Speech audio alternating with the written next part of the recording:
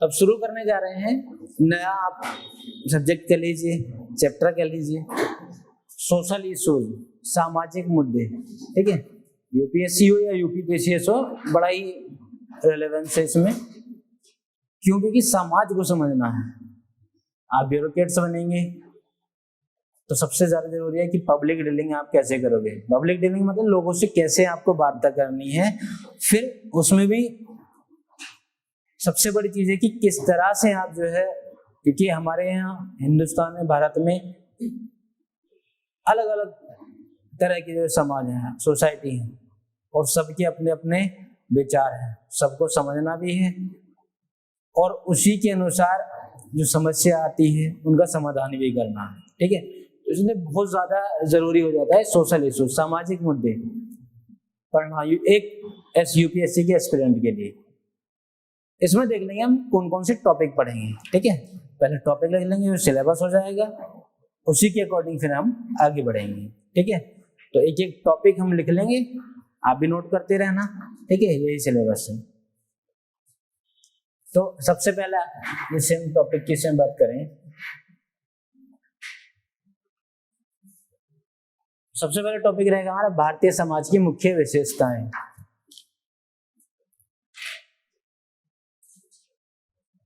भारतीय समाज की मुख्य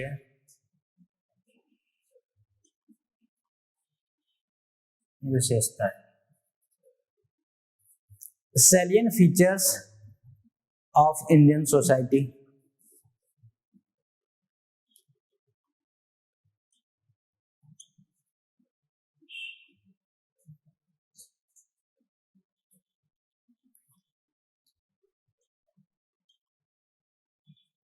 भारतीय समाज की मुख्य विशेषताएं, इसको पढ़ेंगे। दूसरा पढ़ेंगे हम भारत की सामाजिक विविधता।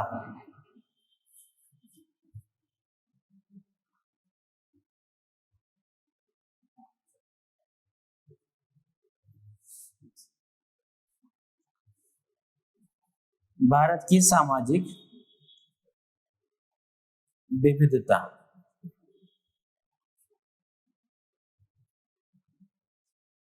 सोशल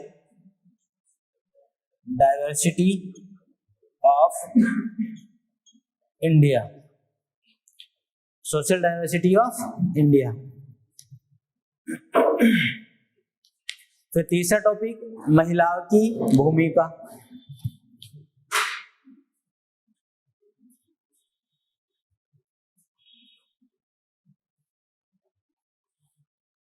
महिलाओं की भूमिका,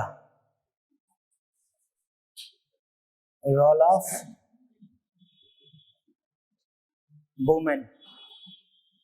तो भारतीय समाज को पढ़े और महिलाओं को ना पढ़े तो ऐसा हो ही नहीं सकता। महिलाओं की जो भूमिका है भारतीय समाज में, उसको समझना होगा। ठीक है, तीसरे टॉपिक के तौर पे हम पढ़ेंगे महिलाओं की भूमिका, रोल ऑफ वुमेन। ठीक है, और जब महिलाओं की भूमिका को पढ़ेंगे तो महिलाओं से जुड़ी हुई समस्याओं को भी देखेंगे और उनके फिर रक्षोपाय, रेमेडीज को भी देखेंगे। ठीक है, तो महिलाओं की समस्या और उनके रक्षोपाय।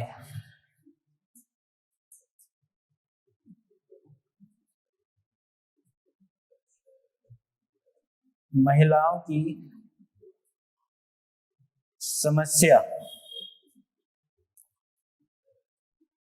एवं उनके रक्षोपाय।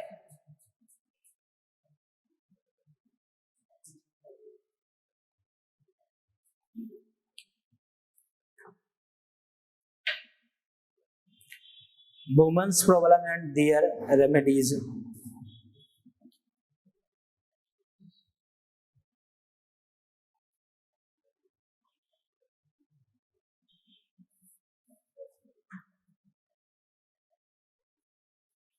and their remedies.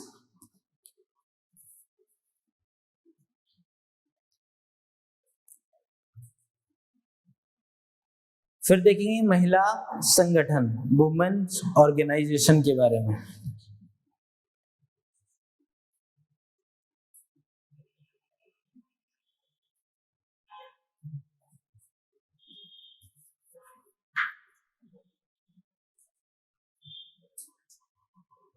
वुमेन्स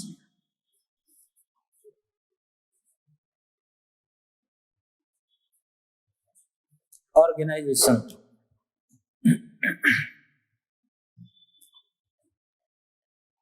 और फिर जब हम भारतीय समाज की बात कर रहे हैं, समाज सोसाइटी को समझने की बात कर रहे हैं, तो वो शहरीकरण को भी समझेंगे, नगरीकरण को भी समझेंगे। ठीक है, तो शहरीकरण या नगरीकरण एक टॉपिक और पढ़ेंगे इसी में।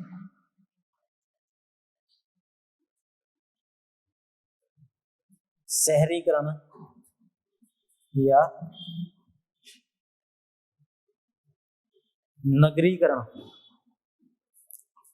अर्बनाइजेशन।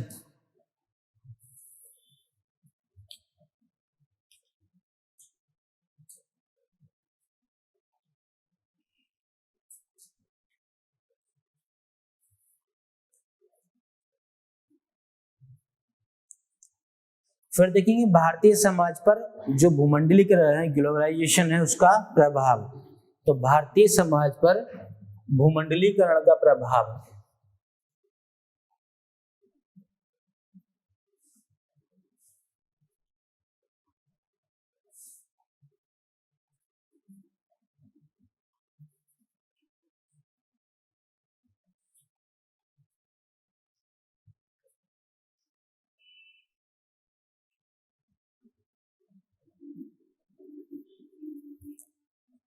भारतीय समाज पर भूमंडलीकरण का प्रभाव, effects of globalisation on Indian society.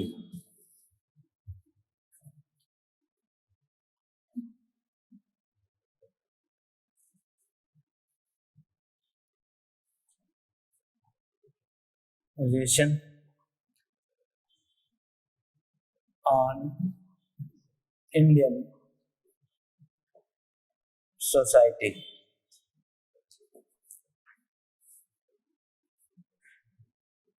फिर देखेंगे सामाजिक सशक्तिकरण, सोशल एम्पावरमेंट।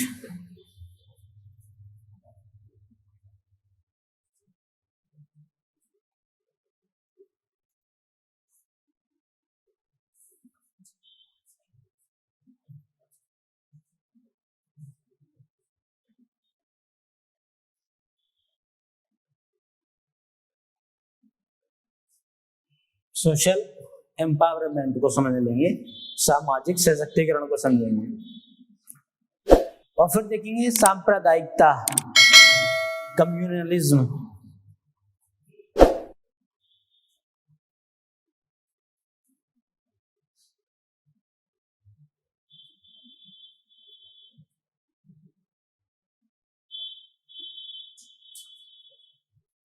कम्युनलिज्म को समझेंगे,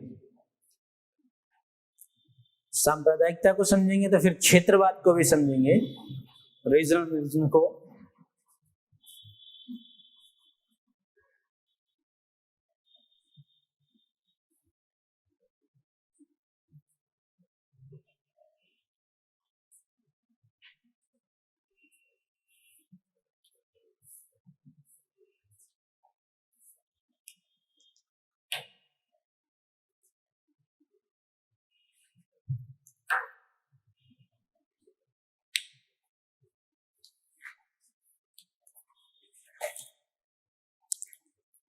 तो कुल मिला के हमें सामाजिक मुद्दे, सोशल इश्यूज में ये 10 जो है टॉपिक कंप्लीट करने हैं, और हमारा जो सोशल इश्यूज का सब्जेक्ट है पूरा हो जाएगा। कोशिश करेंगे इसमें हम सारी चीजों को पढ़ने जो लिखी हैं, कोई इसमें छूटेगा नहीं। ठीक है, और साथ ही साथ जो वर्तमान के हालात हैं उनसे जोड़ के पढ़ेंगे। ठीक है, पहले पढ़ेंगे इसमें हिस्टोरिकल, ये भारतीय समाज को पढ़ना है। ठीक है, एंशियंटनेस को देखेंगे, प्राचीनता को देखेंगे, तो उसी के साथ साथ जो वर्तमान के हालात हैं वो सब पढ़ेंगे। तो ये हमारा ओवरऑल सिलेबस हो जाएगा। 10 इसमें टॉपिक हैं, ये 10 टॉपिक कवर करने हैं हमें, ठीक है। तो लिख लिया आप लोगों ने, नोट कर लिया, ठीक है। तो इसको साफ कर दें।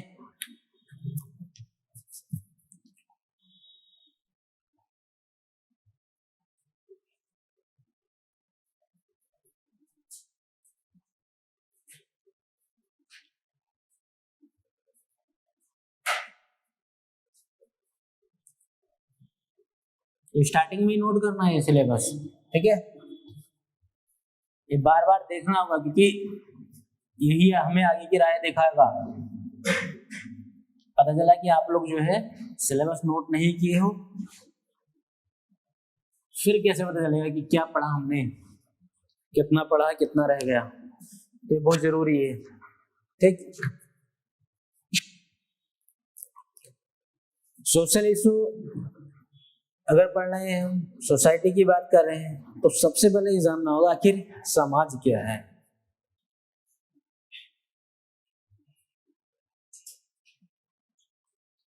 सोसाइटी को जानना होगा ना, ठीक।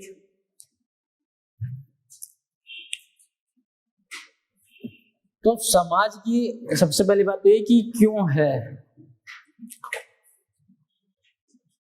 ये मन में बात आ रही होगी कि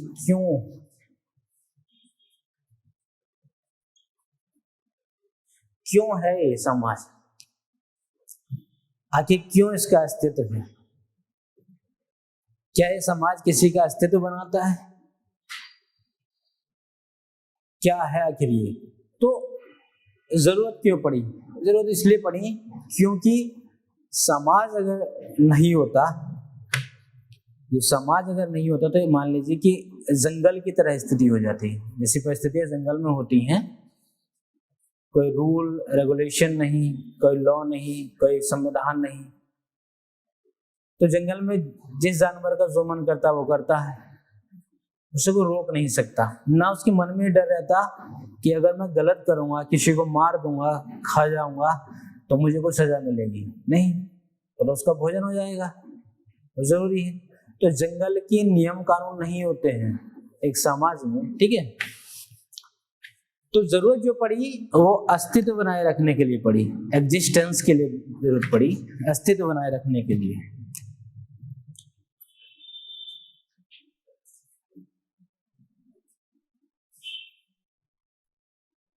अस्तित्व बनाए रखने के लिए।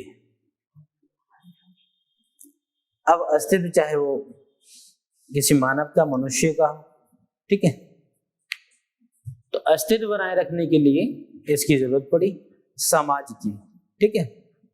दूसरी चीज ये है सिस्टम को बनाए रखने के लिए, व्यवस्था को बनाए रखने के लिए, कि ताकि व्यवस्था बनेगी, व्यवस्था बनी रहेगी, तो समाज भी उसके अनुसार आगे बढ़ेगा।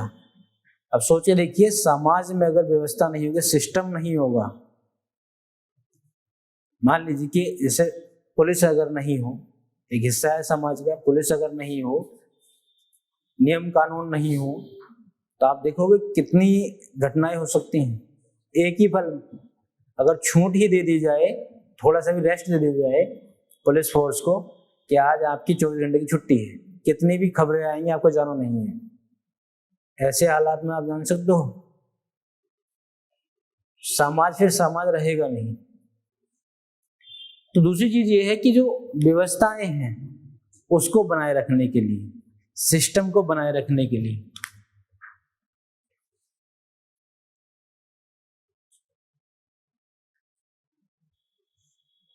व्यवस्था को बनाए रखने के लिए समाज की जरूरत। अब दूसरा देखेंगे समाज जो है अपने कार्य कैसे करता है, आखिर ये समाज जो है वो अपने कार्य कैसे करता है।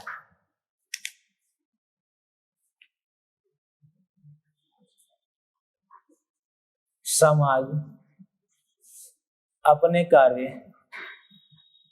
कैसे करता है, ये सवाल आएगा ना।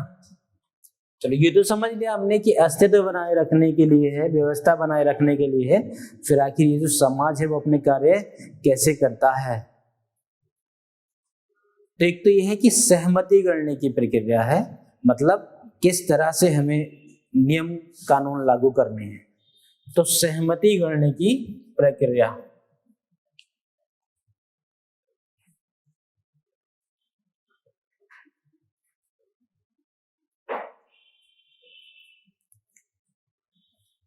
सहमति गढ़ने की प्रक्रिया।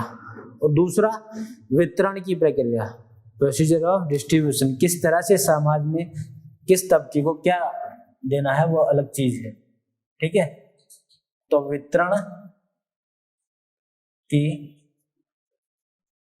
प्रक्रिया,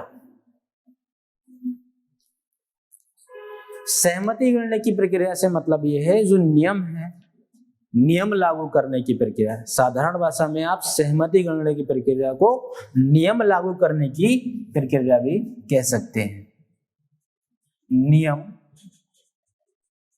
लागू करने की प्रक्रिया। नियम जैसे कॉन्स्टिट्यूशन, संविधान है, लॉ है, रूल्स हैं।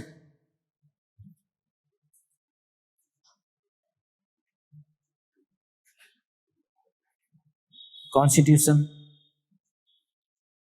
लॉ, रूल्स, संविधान, कानून, नियम।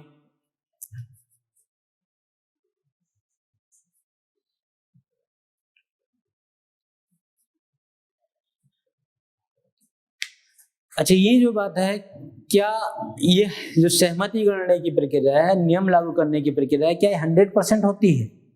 100% तो नहीं होती है भारतीय समाज में, ठीक है। हाँ नियम जरूर बने हैं, ये जरूरी नहीं है कि कोई उन नियमों को पूरी तरह से फॉलो कर रहा है, कोई जरूरी नहीं है। अगर ऐसा होता तो शायद अपराध जो है समाप्त हो जाता है, जो समाज में एक विकृत मानसिकता है वो नहीं रहती। इसका सबसे अच्छा उदाहरण आप ये भी कह सकते हैं, जैसे जब एक वैश्विक महामारी कोविड-19 का, कोरोना वायरस का प्रकोप रहा, तो मैंने खुद देखा इस दौरान जो है, आप देखोगे जो पहला लॉकडाउन रहा था 21 दिन का, तो उसमें हमारे भारत में हर एक राज्य हो या जिला हो, क्षेत्र हो, जो आपराधिक गतिविधियां रही वो शून्य के बराबर, जीरो एकदम। न चोरी, लूट, डकैती, रेप, ये कुछ चीज नहीं। इसका मतलब ये है कि अगर हमें या हर व्यक्ति को अपनी जान का जरूर खतरा है, क्योंकि अगर बाहर निकलते तो कोरोना उनको जकड़ लेता। आखिर फिर वो क्या परिस्थितियां होती हैं कि व्यक्ति फिर अपराध करने पर आगे बढ़ जाता है? क्या उसको कोई उकसा रहा होता है कि आप अपराध करिए? क्या कोई लालच है? क्या कोई मजबूरी है? क्या फिर वो इस हद तक आ जाता है कि उसको उसका कृत्य, उसका जो कार्य है, वर्क है, वो क्रिमिनल बना देता है, अपराधी बना देता है। तो ये सारी चीजें इसमें पढ़ेंगे। तो इसलिए कहना है कि 100% जो है सहमति गढ़ने की प्रक्रिया को फॉलो नहीं किया जाता है।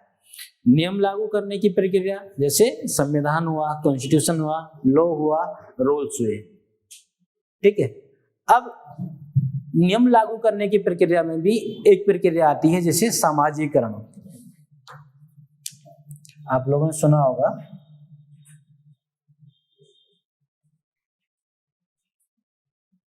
सामाजिकरण।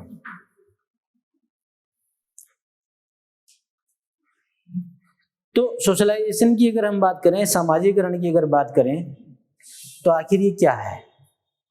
आप इसको इस तरह समझ लीजिए, एक सॉफ्टवेयर है, कंप्यूटर में होते हैं ना, एक सॉफ्टवेयर है। इसको पूरा डिटेल में समझ लेंगे, फिलहाल ये देख लीजिए कि ये है एक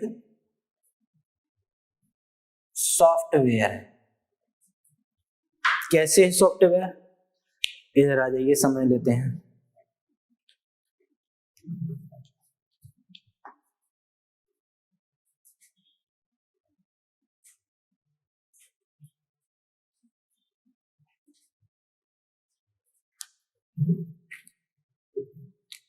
जैसे एक सिस्टम बना लेंगे, एक प्रोसीजर फॉलो कर लेंगे, ठीक है, उसी पे हम समझ लेंगे कि आखिर ये सामाजिकरण की प्रक्रिया क्या है। एक स्टेप बाय स्टेप चलेंगे।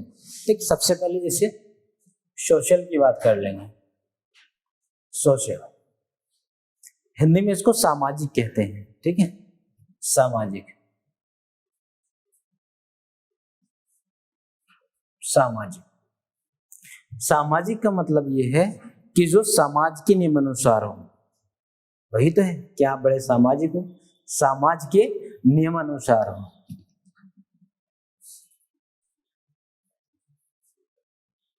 समाज के नियमानुसार, अकॉर्डिंग टू सोसाइटी, समाज के नियमानुसार। ये तो सोशल हो गया। अब बात कर लेंगे अनसोशल की।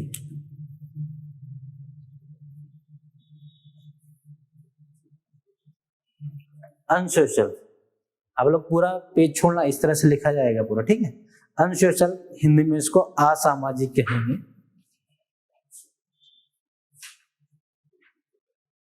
असामाजिक, ठीक। असामाजिक का मतलब होता है कि किसी अपेक्षा का निर्वाह न करना, मतलब जिससे जो उम्मीद लगाई जा रही थी, ठीक है, वो ना करके कोई दूसरा काम कर दे। जैसे मान लीजिए कि भारतीय समाज में बड़ी एक विडंबना है कि माँ बाप आपसे बड़ी अच्छी उम्मीद लगाता है कि बच्चा पढ़ेगा, हमारा नाम रोशन करेगा, और इसी बीच में बच्चा जैसे जैसे पढ़ने का समय था उस दौरान जो है, मान लीजिए उदाहरण के तौर पे लड़की लड़का घर से भाग गए, ठीक है, माँ बाप की मर्जी के खिलाफ। तो जो लड़की लड़का घर से अगर भाग गए, चले गए, जाके उन्होंने शादी कर ली, तो क्या सिर्फ वो माँ बाप की मर्जी के खिलाफ ही गए या पूरे समाज के मर्जी के खिलाफ चले गए? पूरे समाज के खिलाफ चले गए। भारतीय समाज में तो ऐसा है, खा पंचायतें बैठ जाती हैं, ठीक है, हुक्का पानी बंद हो जाता है पूरे परिवार का, पूरा समाज उसका बहिष्कार करने लगता है, ठीक है। ये क्या है? असामाजिक, मतलब किसी अपेक्षा का निर्वाह न करना।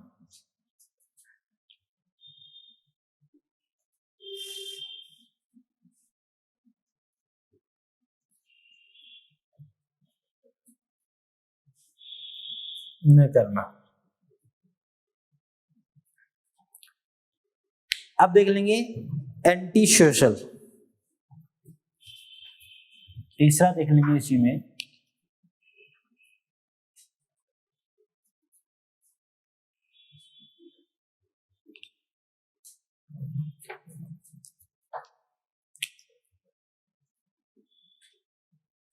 एंटी सोशल मतलब वो समाज विरोधी, समाज विरोधी, समाज के विरोध में कार्य करना, समाज के विरुद्ध कार्य करना।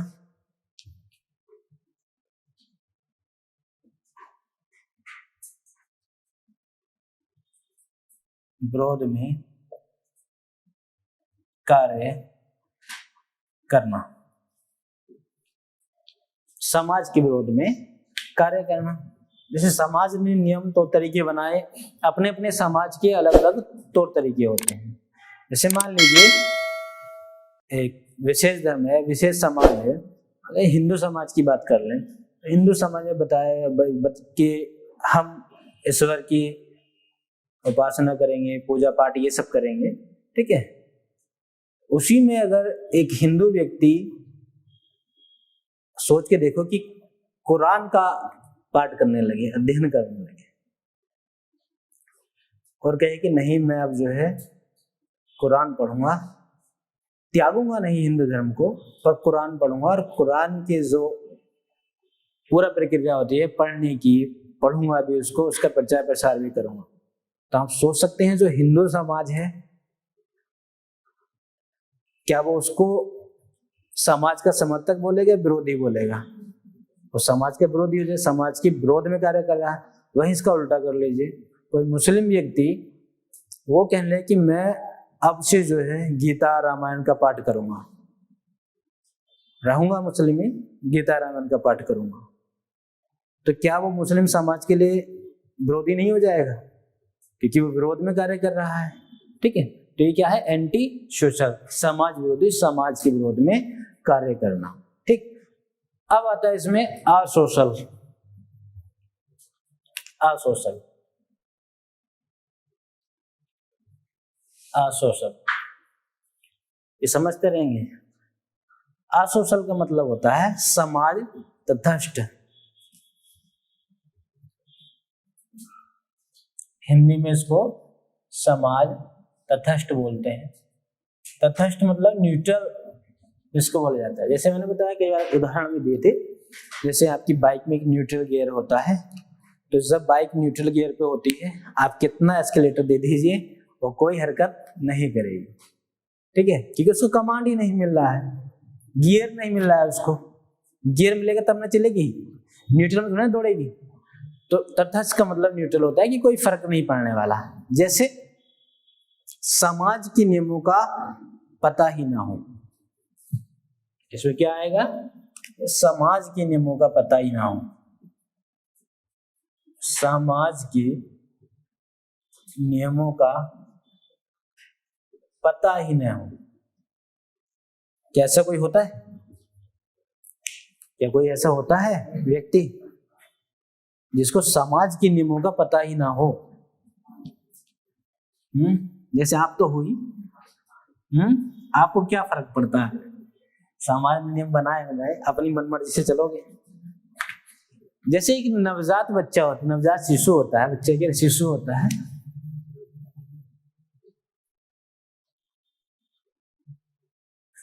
नवजात शिशु।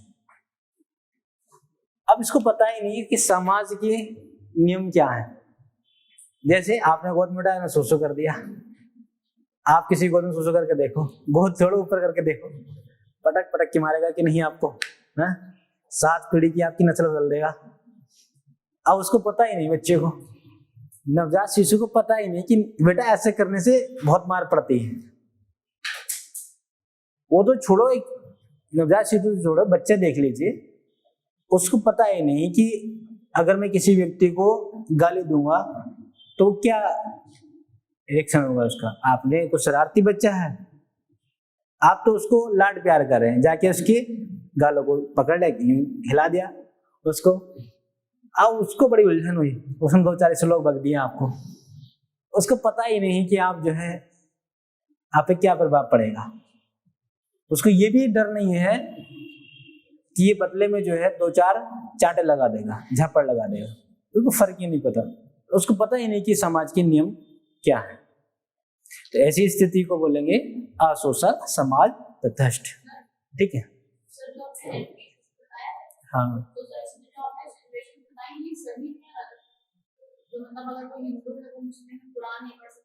नहीं, ऐसा नहीं है, हम सिर्फ ये समझ रहे हैं कि ये स्थिति के एंटी सोशल पढ़ सकता है नहीं। ये सोच रहे हैं कि अगर इंडिया को हम ये नहीं कह रहे हैं कि कोई व्यक्ति कुरान नहीं पढ़ सकता, कोई व्यक्ति गीता रामायण नहीं पढ़ सकता, पढ़ सकते हैं। हम ये समझ रहे हैं स्थिति क्या है, समाज विरोधी क्या है। एक समाज के लिए तो वो तो विरोध में हो जाएगा ना, हम उसको कह रहे हैं। हम ये नहीं कह रहे कि कोई नहीं पढ़ सकता, पढ़ सकते हैं। सारी चीजें अभी समझ में आ जाएंगी, पढ़ सकते हैं, आप पढ़ेंगे, पढ़ते भी हैं ऐसे। अगर ऐसा नहीं होता तो फिर भारतीय समाज में जो एक नारा माना जाता है भारतीय समाज का कि विविधता में ही एकता है, तो फिर वो कैसे हो जाता? ठीक है, फिर सारी चीजें पढ़ेंगे। अभी हम ये शब्द देख रहे हैं, आखिर ये है क्या? किसको समझना था हमें? सामाजिकरण को, सोशलाइजेशन को समझना था। तो सामाजिकरण क्या है? सामाजिकरण जो है दरअसल वो है असोशल से सोशल की ओर आना, ये सामाजिकरण, ये सामाजिकरण है। असोशल से हम सोशल की ओर आ रहे हैं, तो इसका मतलब है आपका सामाजिकरण हो गया है। असोशल मतलब कि आपको समाज के नियमों कानूनों का पता ही नहीं था, और अब क्या स्थिति हो गई कि आप समाज के नियमानुसार चल रहे हैं। तो ये हो गया आपका सामाजिकरण। सामाजिकरण, सोशलाइजेशन। तो ये क्लियर हुआ। सामाजिकरण क्या है? असोशल से सोशल की ओर आने की प्रक्रिया है, प्रोसीजर है। क्लियर? ठीक है। ये क्या था? हमारा बेस था सोसाइटी को समझना, समाज को समझना। अब देखेंगे पहला जो टॉपिक था हमारा भारतीय समाज की मुख्य विशेषताएं। तो ये लिख लिया, ये लिख लिया। हाँ, ये मैं बोल रहा हूँ तो आप लिखते रहना कि मतलब सामाजिकरण क्या है। कभी सोचो कि मैं लिखाऊंगा फिर डिटेल में, ऐसा नहीं होगा। ठीक है, समझा दिया है, आप खुद लिखना है। आंसर राइटिंग में तो करनी है कि नहीं?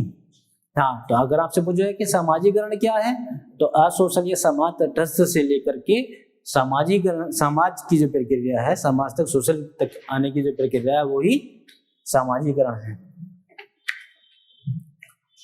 तो साफ करते हैं इसको। ठीक है।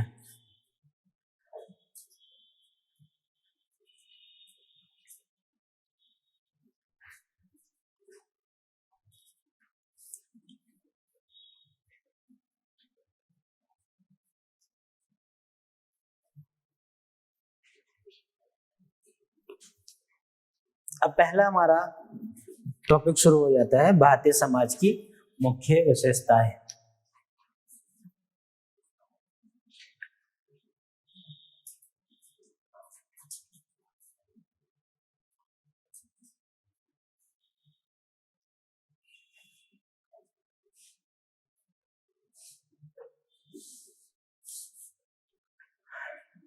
भारतीय समाज की मुख्य विशेषताएं, salient features of Indian society.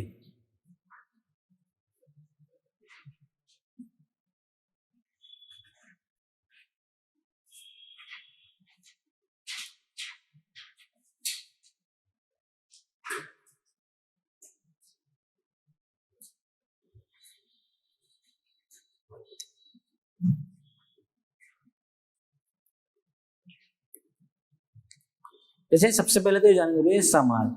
तो समाज कई प्रकार के हो सकते हैं, जैसे मान लीजिए शहरी समाज, ग्रामीण समाज, कृषक समाज, हिंदू समाज, मुस्लिम समाज, बहुत ऐसे कई प्रकार के समाज हो सकते हैं। तो समाज की प्रकार तो अलग है, और हर एक समाज अपनी अलग अलग विशेषता भी रखता है।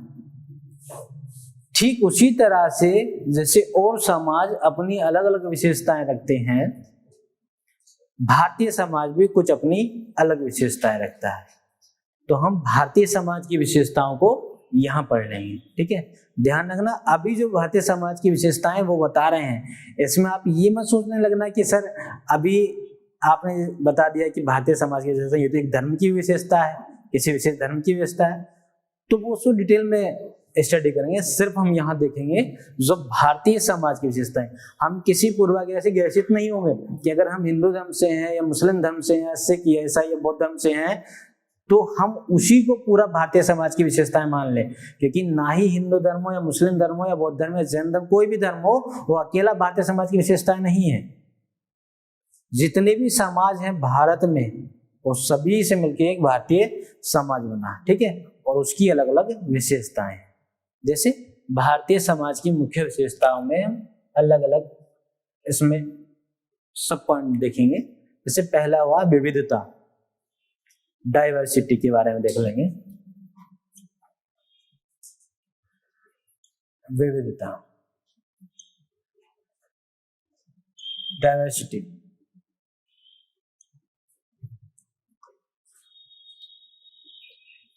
देखिए, विविधता के बारे में भारतीय समाज की एक महत्वपूर्ण या अद्भुत विशेषता है जिसको बताया जाता है विविधता, डाइवर्सिटी। क्यों? क्योंकि यहाँ अलग अलग जो है रेसेस, रेसेस मतलब प्रजाति या नस्ल,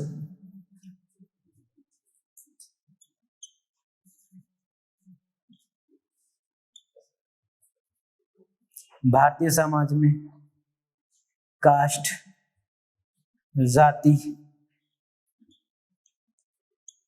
ट्राइब, जनजाति,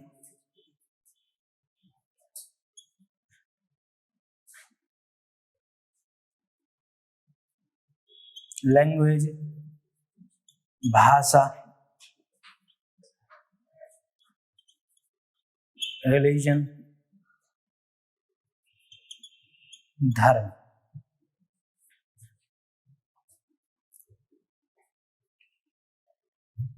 भारतीय समाज की अगर बात करें तो विविधता के संदर्भ में देखेंगे तो यहाँ क्या है, अलग अलग प्रजाति हैं, रेस हैं, जातियां हैं, कास्ट हैं, जनजातियां, ट्राइब्स, भाषा, अलग अलग भाषा को बोलने वाले हैं, अलग अलग धर्म हैं।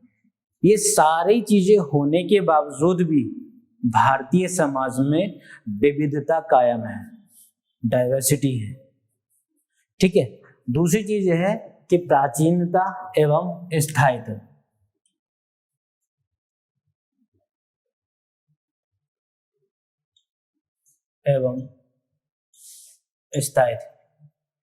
अभी इतना ही समझेंगे कि आखिर ये है या नहीं।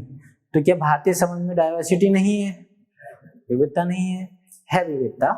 क्यों है? क्योंकि देख लीजिए कैसे हम विविधता कह रहे हैं उसको डाइवर्सिटी, क्योंकि भाई यहाँ अलग अलग प्रजाति के लोग हैं, अलग अलग जातियों के लोग हैं, जनजातियां हैं, भाषाएं अलग अलग बोली जाती हैं, अलग अलग धर्म हैं। इन सब के बावजूद भी हमारे भारतीय समाज में डाइवर्सिटी मौजूद है, विविधता मौजूद है।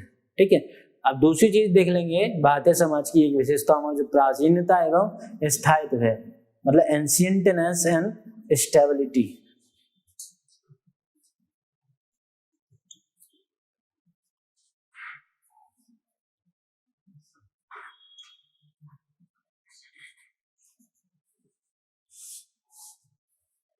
एंशियंटनेस एंड स्टेबिलिटी।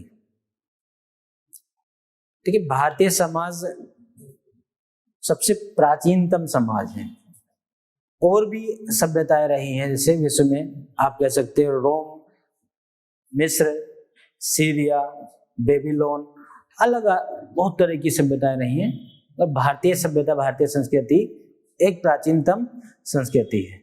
जैसे हमारे यहाँ आज भी जो है वेदों को माना जाता है, चाहे वो गीता हो, महावीर हो, गौतम बुद्ध हो, इन सबके उपदेशों को आज भी लोग फॉलो करते हैं, मानते हैं।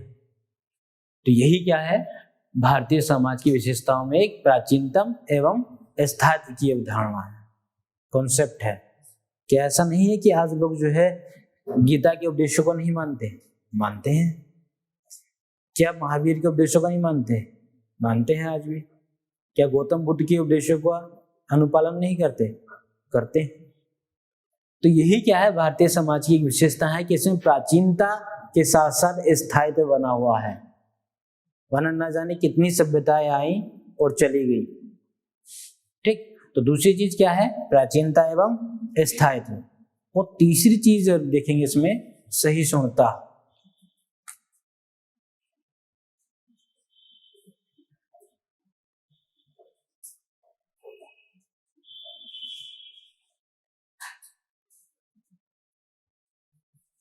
सहिष्णुता,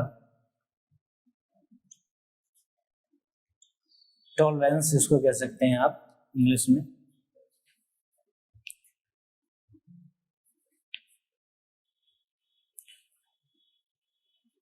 सहिष्णुता का मतलब ये समझ लीजिए, साधारण भाषा में सहन करना। साधारण भाषा में आप कह सकते हैं सहन करना।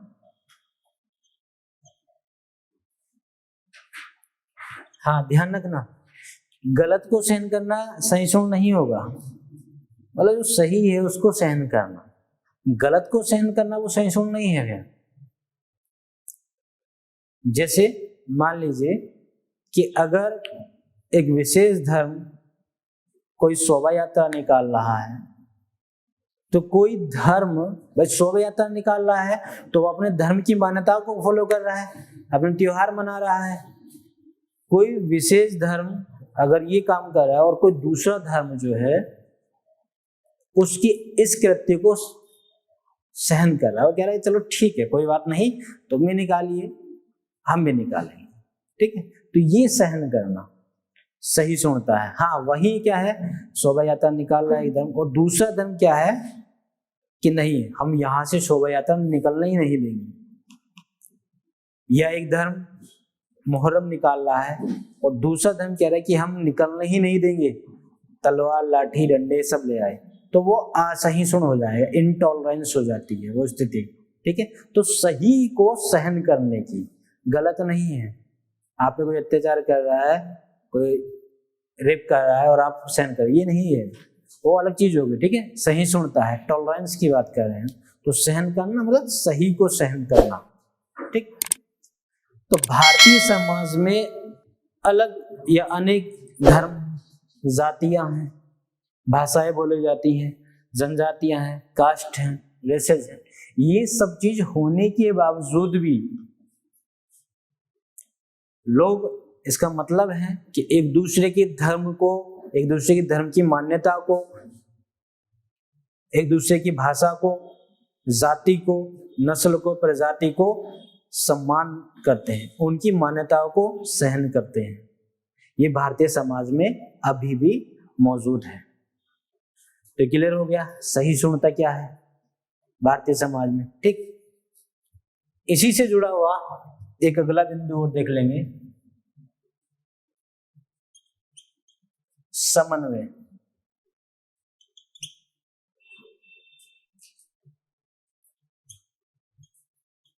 कोऑर्डिनेशन की बात कर लेंगे, तालमेल आप कह सकते हैं, ठीक है।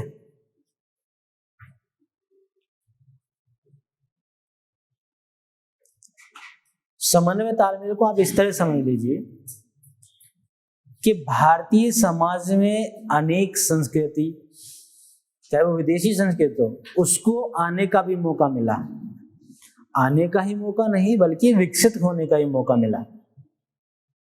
जो यहाँ का मूल धर्म रहा, उसके अलावा भी भारतीय समाज में अनेक धर्म आए, अनेक सभ्यताएं संस्कृतियां आई, उनको भी मौका मिला आगे बढ़ने का, विकसित हुआ।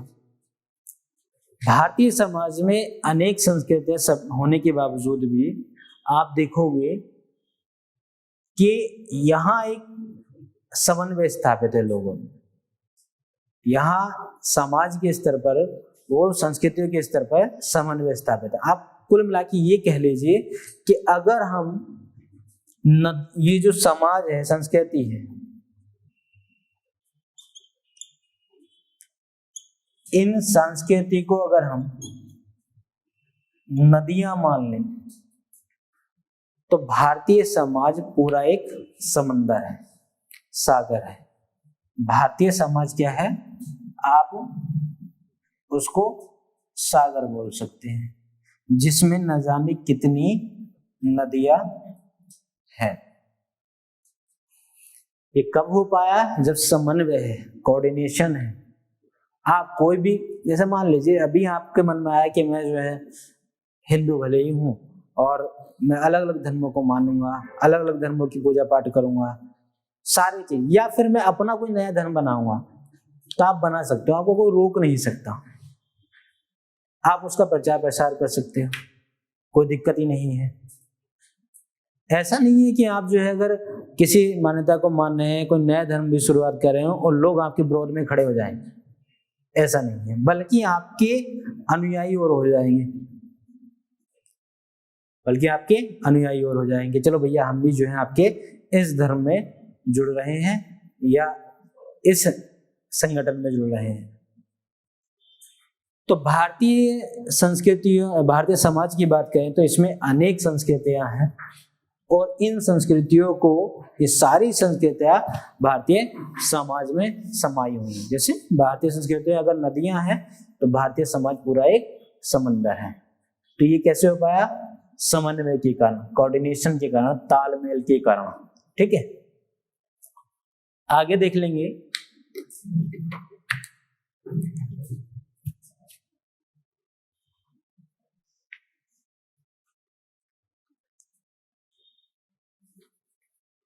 अध्यात्मवाद एक विशेषता है, अध्यात्मवाद है, स्पिरिचुअलिज्म।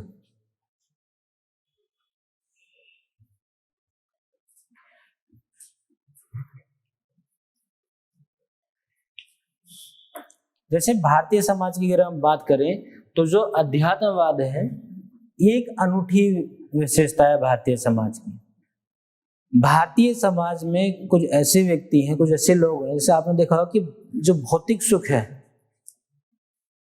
उसको तवज्जो इतनी नहीं देते हैं जितनी वो मानसिक सुख या अध्यात्मवाद को देते हैं। जैसे मान लीजिए एक गरीब व्यक्ति है, गरीब व्यक्ति बैठा है, भूखा है, काफी दिनों से आप उसको देख रहे हैं,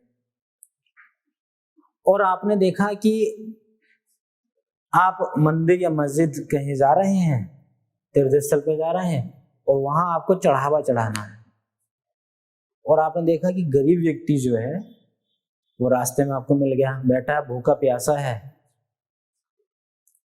आपने देखा कि मैं मंदिर मस्जिद या गुरुद्वारा जाने से बेहतर है इसको अगर भोजन करा दूं, इसको खाना खिला दूं या इसको कपड़े दे दूं, तो वही बात है, ईश्वर इससे भी खुश हो जाएंगे जी।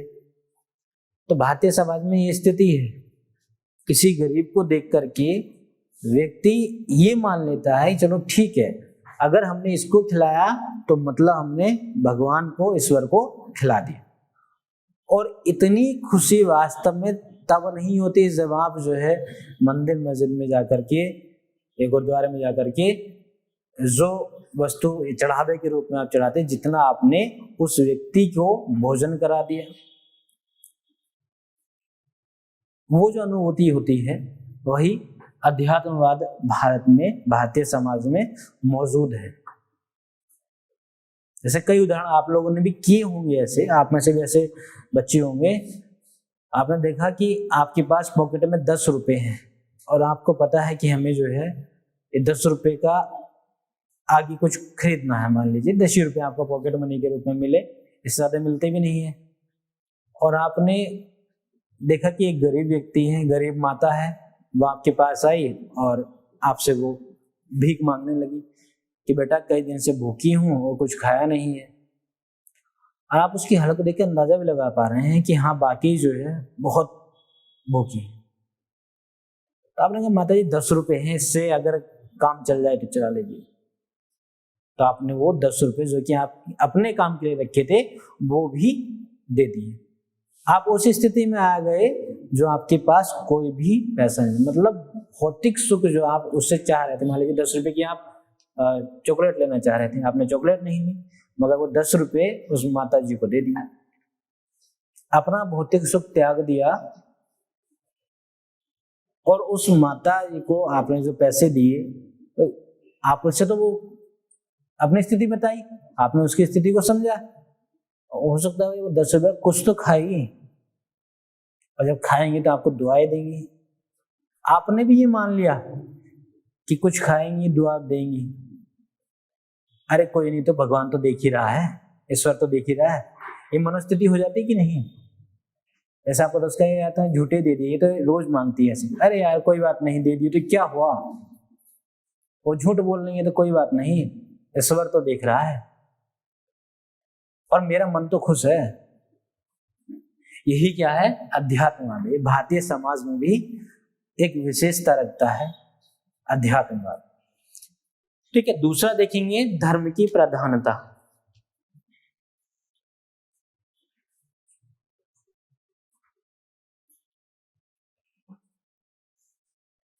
धर्म की प्रधानता, डोमिनेंस ऑफ रिलीजन।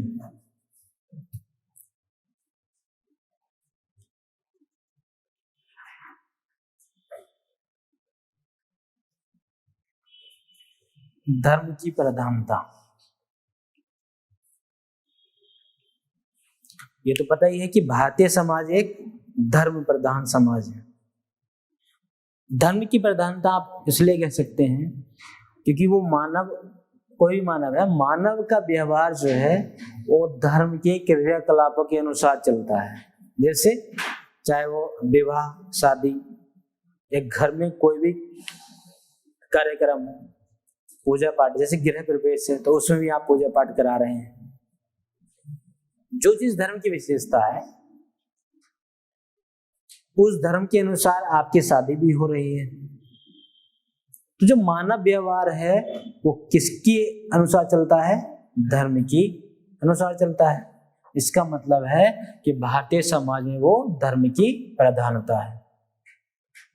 तो भारतीय समाज की मुख्य विशेषताओं में एक विशेषता धर्म की प्रधानता भी। ऐसा नहीं है कि मतलब मान लीजिए आप एक विशेष धर्म से ताल्लुकात रखते हैं जिसमें निकाह होता है, ठीक है, और आप कहने लगे कि निकाह नहीं होगा है, अब जो है मंडप सजेगा और 7 फेरे होंगे, पूरी प्रक्रिया, मतलब निकाह में जो है कबूलनामा होता है, यहाँ 7 फेरे होंगे तो मैं 7 फेरे करूंगा। तो क्या ऐसे में उस धर्म के अनुसार आपने वो कार्यक्रम किया है, वो क्रिया की? वो नहीं है। इसका मतलब आप धर्म से बाहर हो। ये जो सारी चीजें होती हैं आपके गृह प्रवेश से लेकर के घर में कोई भी क्रिया है, सबसे पहले आप जो पूजा पाठ करते हैं। इसका मतलब है कि आप धर्म के अनुसार चल रहे हैं। आपके समाज में भी क्या है? धर्म की प्रधानता है, डोमिनेंस ऑफ रिलीजन। तो भारतीय समाज की मुख्य विशेषताओं में एक क्या है? धर्म की प्रधानता। आगे देख लेंगे।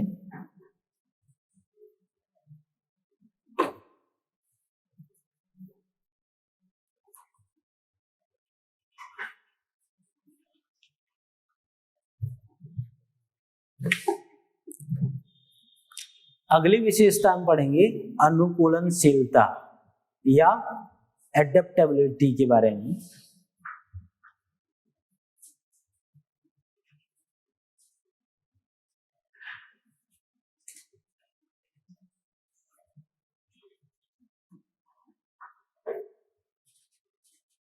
अनुकूलनशीलता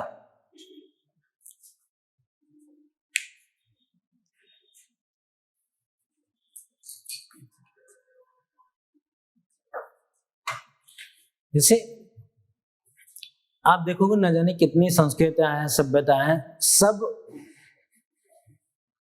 ऐसी सभ्यताएं, कुछ तो विनाश हो गया उन सभ्यताओं का। चाहे वो जैसे आप मिस्र की सभ्यता देखें, रोम देखें, यूनान देखें, इनका विनाश हो गया, सब मिट गई। भारतीय सभ्यता, भारतीय समाज में अनुकूलनशीलता का एक गुण है, एडेप्टेशन का एक गुण है जो ढल जाता है समय के अनुसार। इसके संबंध में एक तर्क भी कहा गया है कि यूनान, मिस्र, रोम सब मिट गए जहां से कुछ बात है कि हस्ती हमारी मिटती नहीं। तो ये जो चीजें हैं वो आखिर भारतीय समाज ढल जाता है। जैसे मान लीजिए पहले मठ हुआ करते थे। मठ मतलब वही कच्ची मिट्टी के बनाए और धरती से अपना अगर शिवलिंग जो है निकले तो उसी की पूजा पाठ कर दी, ठीक है, पत्थर है उसी की पूजा पाठ हो रही है। धीरे धीरे जनरेशन बढ़ती गई आगे तो देखा कि यार शिव जी जो है सिर्फ पत्थर है। अब नई नई इसकी मूर्ति आ गई हैं, मूर्ति भी स्थापित कीजिए, मंदिर बनवा दीजिए नए नए। मतलब अपनी संस्कृति को छोड़ा नहीं है, बस उसका रूपांतरण होता रहा, समय के अनुसार ढलते गए। यही अनुकूलनशीलता है। पहले क्या था? कुटिया थी, आश्रम थे, सारी चीजें थी। अब उसी का, जैसे आपने देखा होगा, आपने अपने घर में भी इस चीज को महसूस किया होगा। जैसे घर में क्या होता, एक स्थान होता है, अब तो बदल गया। पहले क्या है, एक स्थान घर में होता, मिट्टी का बना होता था, मिट्टी का बना हुआ है बढ़िया, उसी पे जो है आपके पूर्वजों को भी आप पूजा कर रहे हो। घर में भी ऐसा होता है छोटा। अब जमाना बदल गया, पक्के घर हो गए, तो उसको भी तो पक्का करना है। अब कहा इसको कैसे पक्का करें, पूर्वज नाराज तो नहीं हो जाएंगे? आपने फिर वो सारे क्रियाकलाप किए, पंडितों से पूछा कि भाई इसको कैसे हम पक्का कर दें, घर तो हमारा अच्छा है, पत्थर वत्थर बिछा है, अब इसको भी तो कैसे करना है। तो कोई दिक्कत नहीं, आप जो है पूजा पाठ कराइए, उसका उपाय कोई बताया, इतना दान दक्षिणा कर दीजिए, और जो भी वो मिट्टी है उस मिट्टी का आप थोड़ा कोना निकाल लीजिए और वही जो है नई जगह विसर्जित कर लीजिए, समायोजित कर लीजिए। मतलब ये मनोस्थिति है। हाँ, ये समझ भी गया परिवार कि चलो ठीक है, अगर इसमें हमारे दादाजी या परदादाजी हैं तो कोई दिक्कत, पूरी मिट्टी को उठाया और नई जगह जो है रख दिया, उसी को अपना रख दिया और उसको फिर पक्का कर दिया, ये बन गया मंदिर एकदम। अब सोचो कहें कि ऐसा समाज होता है कि नहीं, यहाँ दादाजी थे तो दादाजी हैं और रहेंगे और इसी मिट्टी में रहेंगे, उनका घर नहीं तोड़ेंगे हम, तो वो खुद ही बह जाते हैं, कुछ समय बाद खुद ही जो है उनका मिट्टी का घर टूट जाता। आप तो पत्थर घर में आ गए, बढ़िया, वो घर टूट जाता कि नहीं, बह जाता, बाढ़ आती बह जाता, टूट जाता। जब आप नए घर में आए तो उनको भी लेके आया, ये भारतीय समाज की विशेषताएं हैं, उनको भी उठा के ले आए, चलो कोई दिक्कत नहीं, अब बढ़िया पक्का मंदिर रहेगा। तो यही है अनुकूलनशीलता, ढलने की जो एक प्रक्रिया है। अगला एक जो है मुख्य विशेषता में देखेंगे, वर्णाश्रम व्यवस्था।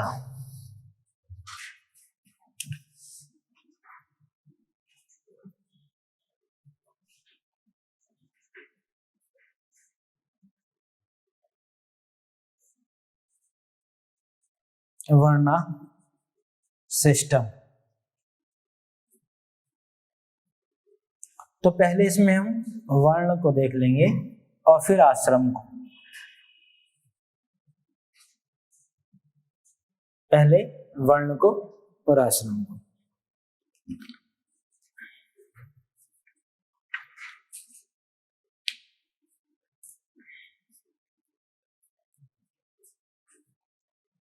तो वर्ण की अगर हम बात करें तो आप लोग जानते ही हैं कि वो 4 वर्ण हैं, ब्राह्मण, क्षत्रिय, वैश्य और शूद्र।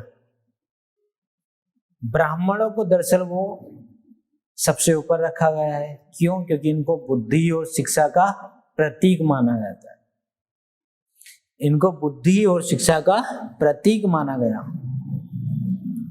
उसके बाद आते हैं क्षत्रिय।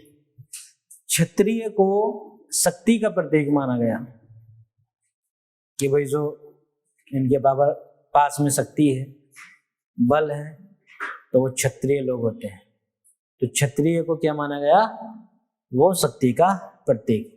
वैश्य जो है, वैश्य इनको माना गया ये व्यापार को संचालित अच्छे से करते हैं, ये अर्थव्यवस्था के प्रतीक माने गए, अर्थव्यवस्था प्रतीक।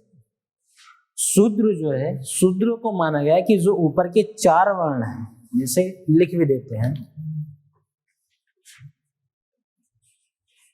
ब्राह्मण,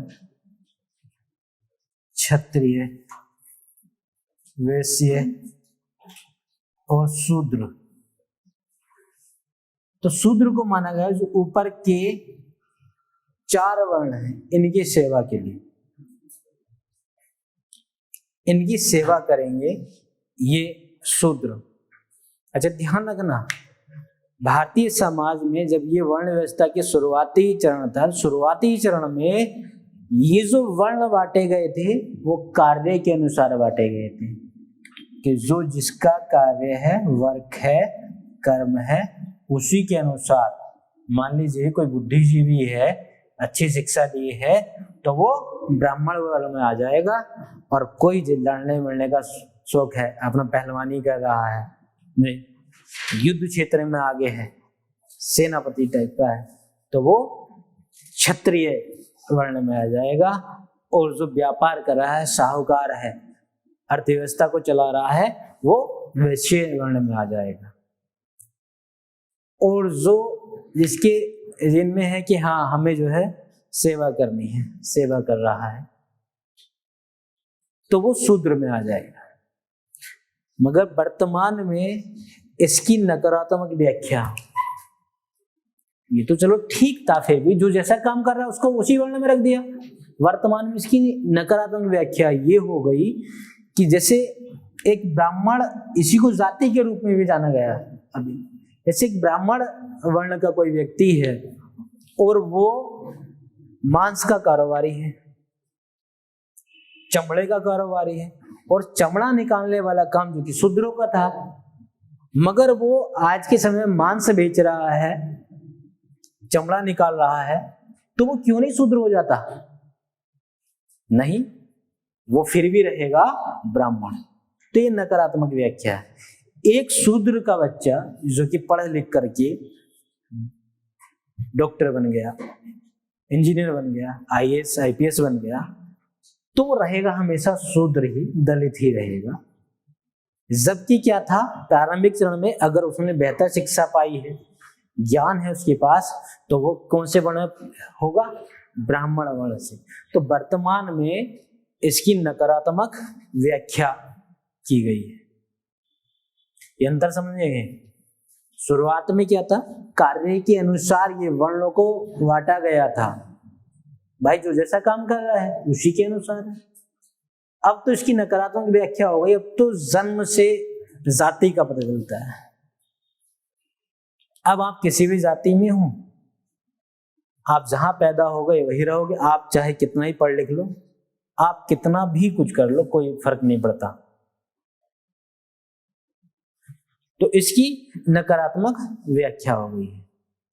आश्रम की अगर बात करें, ये पूरा वर्ण व्यवस्था है। आश्रम की अगर बात करें तो जो हमारे ऋषि मुनि रहे, जो भारत के प्राचीनतम सभ्यता है, प्राचीन भारतीय ऋषि मुनि जो रहे, उन्होंने मनुष्य के लिए 4 आश्रमों की बात की, जिसमें ब्रह्मचार्य, गृहस्थ, वानप्रस्थ, संन्यास। ऋषि मुनि ने बताया कि जो व्यक्ति है वो हर 25 वर्ष के बाद अपने नए आश्रम में चला जाता है। जैसे पहला है ब्रह्मचार्य। ब्रह्मचार्य की अगर बात करें तो एक बच्चे को जब से वो पैदा होता है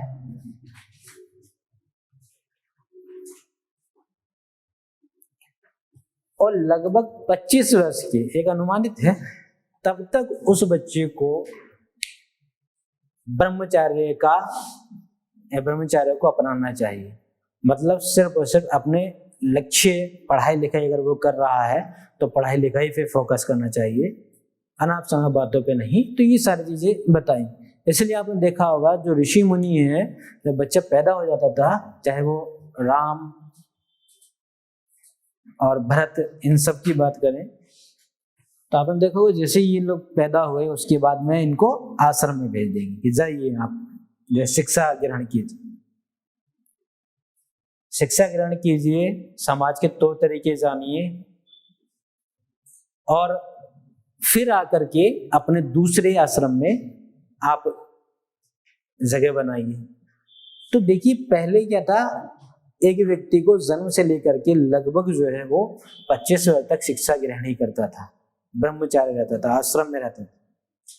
ठीक, तो ऋषि मुनि ने कहा कि हाँ अपनाना चाहिए ब्रह्मचार्य। दूसरा है गृहस्थ। 25 के बाद में जो है व्यक्ति को जो है अपना परिवार बसा लेना चाहिए, शादी कर लेनी चाहिए,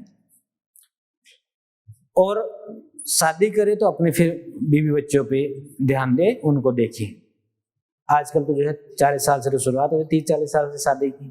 ठीक है, आज की जो व्यवस्था पूरी है उसकी बात ही नहीं करेंगे, हम अपने भारतीय समाज की जो मुख्य विशेषताएं रही उनकी बात कर रहे हैं। ठीक है, जो है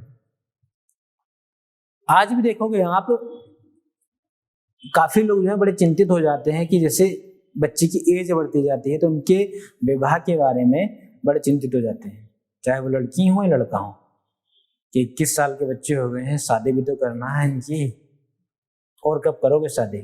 ठीक है, तो ये गृहस्थ आश्रम है। दूसरा और तीसरे की बात करें तो वानप्रस्थ है।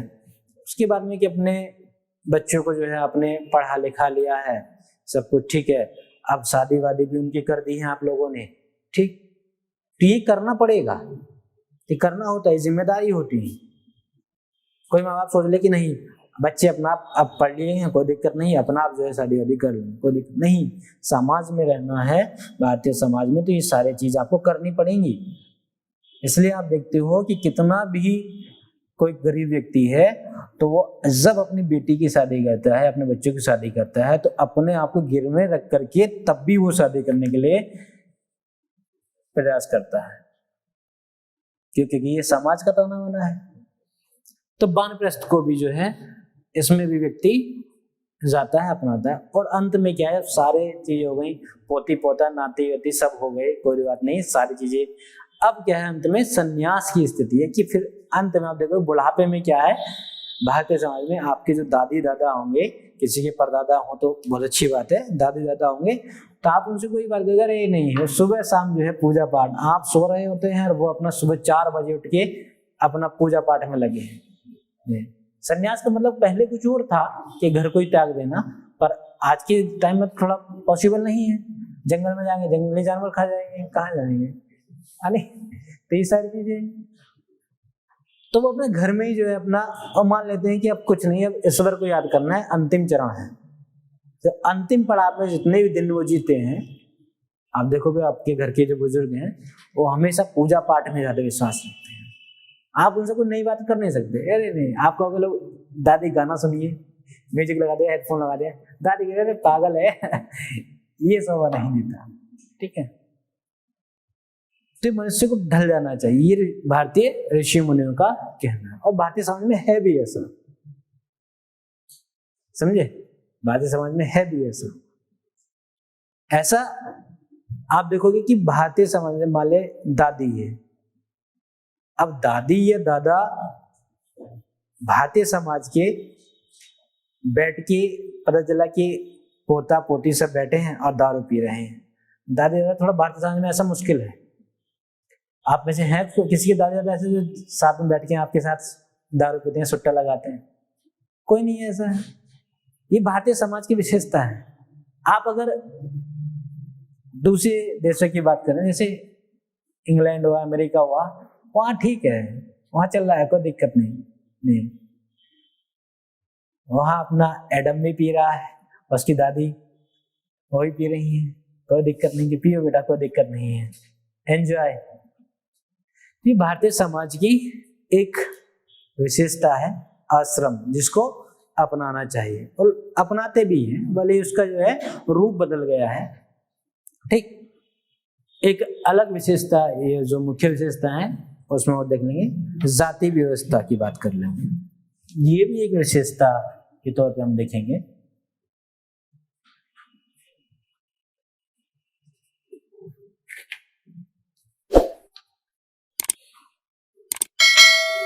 जाति व्यवस्था, कास्ट सिस्टम।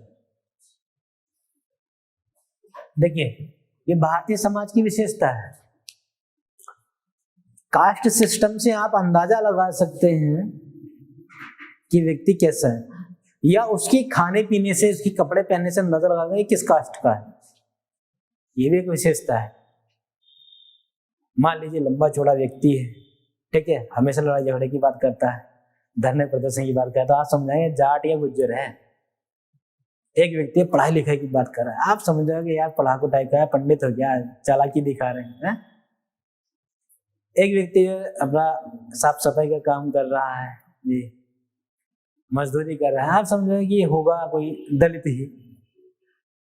मतलब ऐसा नहीं कि भाई दलित तो ऐसा है कि IAS IPS भी है, वो उनकी बात नहीं कर रहा हूं, हम सिर्फ ये समझ रहे हैं कि हाँ, इससे आप अंदाजा लगा सकते हैं। इतना ही नहीं, जो सरनेम होता है उससे भी आप अंदाजा लगा सकते हैं कि हाँ ये इस जाति का है। सिंह लगा दे समझ जाओगे, यादव लगा दे समझ जाओगे, ये ऐसा नहीं है, ऐसा है। तो ये क्या है, भारतीय समाज की एक विशेषता है, जाति व्यवस्था। सिर्फ इतना ही समझेंगे, ये नहीं कहेंगे इसके बारे में कि ये जाति व्यवस्था विशेषता कैसे हुई। विशेषता इस सेंस में है कि आप किसी व्यक्ति के खान पान से उसकी जाति का पता लगा सकते हैं, उसके पहनावे से उसकी जाति का पता लगा सकते हैं। क्या ऐसा पॉसिबल है कि नहीं? जैसे मान लीजिए बड़े बड़े गिलास रखे हैं लस्सी के, जलेबियां हैं, छोले भटूरे बढ़िया एकदम रखा है, अंदाजा लगा लो कि, और साग है, मक्का की रोटी है। अगर ऐसा खान पीन है रखा है आपके सामने लाके रख दिया, आप समझोगे यार किसका घर हो सकता है? हाँ, किसका? पंजाबी। आप समझ लोगे कि वहां पंजाबी है, जाट है, पंजाबी है, इस तरह से। तो ये भी एक विशेषता तो है। आप अमेरिका में जाके पता लगाइए, लेकिन वहां ऐसा है नहीं। इंग्लैंड में जाके पता लगाइए, सब एक ही है ही नहीं। तो जाति व्यवस्था भी एक विशेषता है भारतीय समाज की। आगे देखेंगे कर्म एवं पुनर्जन्म का सिद्धांत।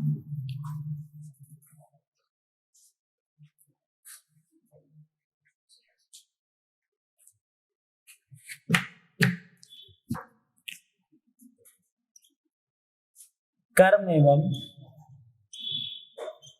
पुनर्जन्म का सिद्धांत।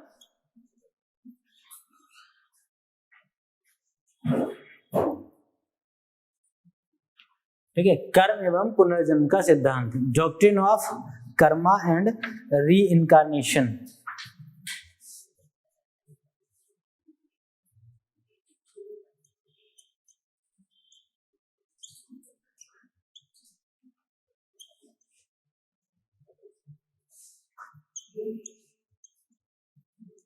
Doctrine of Karma and re incarnation. कर्म एवं पुनर्जन्म का सिद्धांत, जैसे भारतीय समाज में ही ऐसा है, मतलब काफी महत्व रखता है। ऐसी मान्यता है कि अगर आपने अच्छे कर्म किए हैं तो आपको अगला जन्म भी अच्छी योनि में मिलेगा। अगर आपके कर्म बुरे हैं तो आपको अगला जन्म भी बुरी योनि में मिलेगा। ऐसा है कि नहीं? ऐसा माना जाता है। कहते भी है गार्जियन में, आपसे कहते कि बेटा देख लो, अच्छे कर्म करो तो हो सकता है अगले जन्म में इंसान ही बन जाओ, वरना कुत्ते बिल्ली ही बनोगे, गधे बन जाओगे, कोई बन सकते हो। ठीक है, तो भारतीय समाज में ही है ऐसा। भारतीय समाज में यहाँ तक है कि जब व्यक्ति मर जाता है ना, तो उसकी तीजा उजा होता है, तीजे उजे के दिन भी अपने घर पे जो है कुछ समाज में ऐसा है कि वहां राख डाल लेते हैं। राख समझते हो ना, लकड़ी की जो बाद में कोयला से बाद में बनती है, राख डाल लेते हैं। और ये मान्यता बनाए रखते हैं कि वो रात में आएंगे और जो भी यहाँ पदचिन्ह छपेंगे उससे अनुमान लग जाएगा कि ये बना होगा। तो ऐसे में ज्यादातर कुत्ते ही आते हैं रात में। ठीक है, और फिर वो बाद में कहते हैं नहीं इंसान के पैर छपे, छोटे बच्चे के थे, देखो छोटे बच्चे के। ऐसा है? हाँ भाई, साइंस तो कहते हैं कि ऐसा कुछ नहीं है, पुनर्जन्म वगैरह कुछ नहीं है, फालतू की बातें हैं ऐसे। मगर आपने जब दरवाजा खुला छोड़ा है तो ये तो कुत्ता आएगा या फिर सांड आ जाएगा, नहीं। और ज्यादा चांस ये रहते कि कुत्ता बिल्ली ये सब चीजें आती हैं और उनके छोटे से पाँव छपेंगे भी, आएगा एंट्री वहीं से आएगा। तो अगर अरे वाह देखो बच्चा हुआ, बच्चे का जन्म हुआ है, इंसान की योनि में, इंसान की योनि में उसने जन्म लिया है, अच्छे कर्म किए थे। अब कोई ये तो नहीं है कुत्ते बने हैं कि दादा हमारे कहते कुत्ते बने हैं, कहे हो कोई नहीं कहता। तो भारतीय समाज में ही है। ठीक है, ये भारतीय समाज में है, जैसा कर्म करोगे अगला जन्म आपका वैसे ही होगा। अगर अच्छे कर्म करोगे आप तो अगला जन्म जो है अच्छी योनि में मिलेगा, बुरे कर्म करोगे तो आपका अगला जन्म जो है वो बुरी योनि में मिलेगा। ठीक है, ये भी एक विशेषता है। और एक और विशेषता की बात करेंगे भारतीय समाज की, जिसको बोला जाता है संयुक्त परिवार। क्या है कि नहीं ऐसा? Joint family. देखिए भारतीय समाज में ये भी एक विशेषता है। इंग्लैंड, ब्रिटेन, अमेरिका, जापान, इन सब में देखोगे तो भारतीय समाज की 18 के तुम हुए, तुम जाओ अपना घर अलग अलग रखो। ठीक है, लड़की लड़का 18 के हुए तो अलग, बच्चे 18 के हुए अलग रहो, एडल्ट हो गए हैं। ठीक है, आपका अधिकार है पूरा अपनी तरह जीवन जीने। भारतीय समाज में ऐसा नहीं है। जो घर का दादा रहता है ना, मुखिया, दादा परदादा, जिनकी सिर्फ सांसें चल रही हैं, और घर में पोती या पोते का शादी की बात है, तय करना है, तो वही बताएंगे दादा। दादा की मर्जी के खिलाफ पत्ता नहीं हिल सकता बेटा। तुम तय करके देखो कहीं शादी विवाह। ये भारतीय समाज में है ऐसा। एक व्यक्ति के 4 बच्चे हैं, वो भी उसी घर में रह रहे हैं। उन 4 बच्चों के 4-4 बच्चे हैं, वो भी उसी में रह रहे हैं। उनकी पत्नियां हैं, वो भी सब रह रही हैं। ये ज्वाइंट फैमिली है। ग्रामीण स्तर पे ऐसा आपको देखने को मिलेगा। शहरी स्तर पे भी जो छोटा तबका है शहरों में, और जो मध्यम वर्ग है शहरों में, शहर की बात करें, वहां ज्वाइंट फैमिली का कॉन्सेप्ट समाप्त हो जाता है। क्यों? क्योंकि वो लोग भाई एक मध्यम फैमिली से, वो उनके पास इतना ही एरिया है जितना वो अपना ले पाए, जिनकी उनकी वैल्यू थी, जितना खरीद पाए। हाँ, शहरों में क्या है, ज्वाइंट फैमिली अभी भी वहां बरकरार है जहां पे अमीर वर्ग आ जाता है, उच्च वर्ग आ जाता है। बड़े बड़े घर हैं, वहीं पे रह रहे हैं सब। दादा भी वहीं रह रहे थे, पोते भी वहीं हैं, उनके बच्चे भी वहीं हैं। ठीक, तो ये भारतीय समाज में कॉन्सेप्ट है। ये भी एक विशेषता है भारतीय समाज की। संयुक्त परिवार, सब लोग एक जगह रह रहे हैं और सब लोग खुश हैं। अब देख लेंगे अगली जो विशेषता है, पुरुषार्थ की अवधारणा। इसी में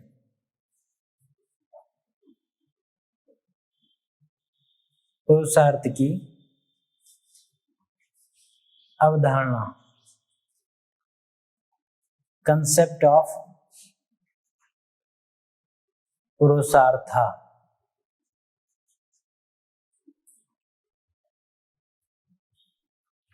पुरुषार्थ की अवधारणा।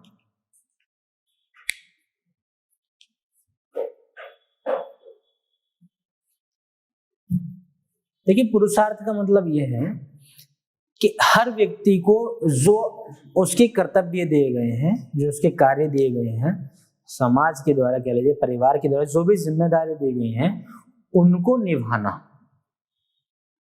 उनको निभाना, जो भी कर्तव्य दिए गए हैं, जिम्मेदारियां हैं, उनके कर्तव्य हैं एक व्यक्ति के, तो उसको निभाना। फिर चाहे वो महिला हो या पुरुष हो। पुरुषार्थ से मतलब ये नहीं कि पुरुष के लिए ही है, ये दोनों के लिए है। ठीक है, समाज ने जो भी कर्तव्य दिए हैं, जैसे कि अगर आपके माँ बाप ने बोला कि आप पढ़ोगे, ठीक है, समाज में सब पढ़ते हैं, तो लड़की ही पढ़ेंगी, लड़के ही पढ़ेंगे। घर बसाने की बात है, गृहस्थ जीवन को व्यतीत करने की, तो लड़की का भी होता है, लड़की का भी होता है।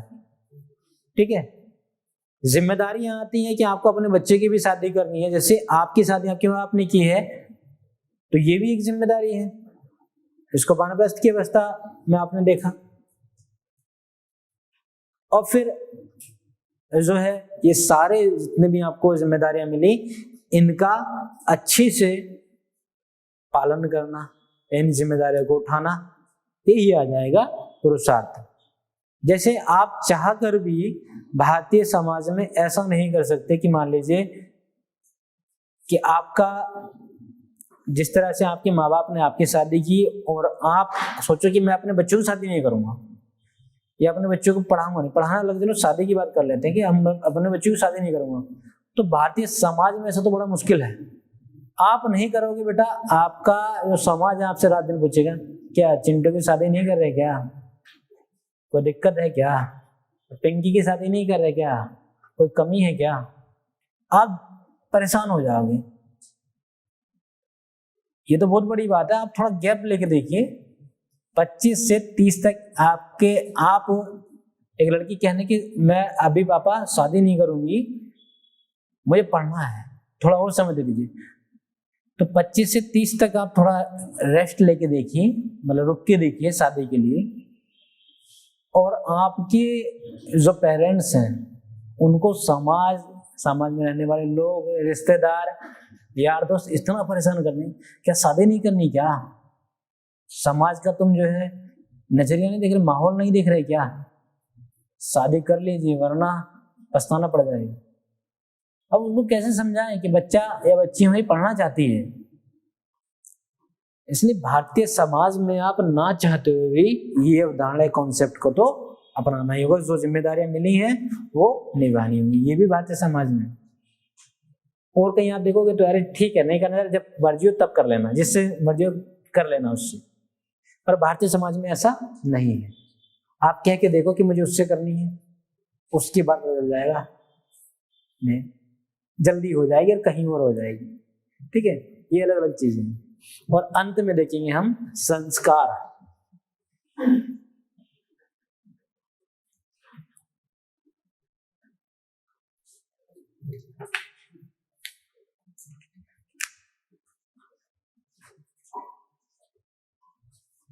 संस्कार, संस्कार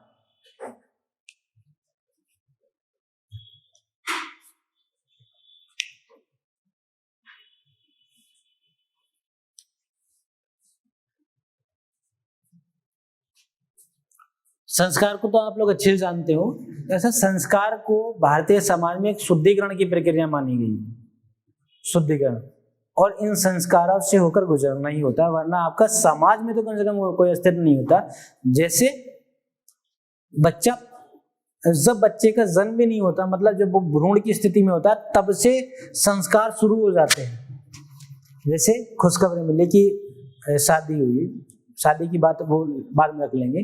जैसे खुशखबरी मिली कि घर में जो है नन्हा मुन्ना आने वाला है, तो जो बुजुर्ग रहेंगे तो उसकी प्रक्रिया शुरू हो जाती है, मतलब पूजा पाठ शुरू हो जाएगा कि कोई जो है बुरी नजर ना आ जाए, कोई गलत नजर ना लग जाए, नजर ना लग जाए, बड़ा ध्यान रखा जाता है।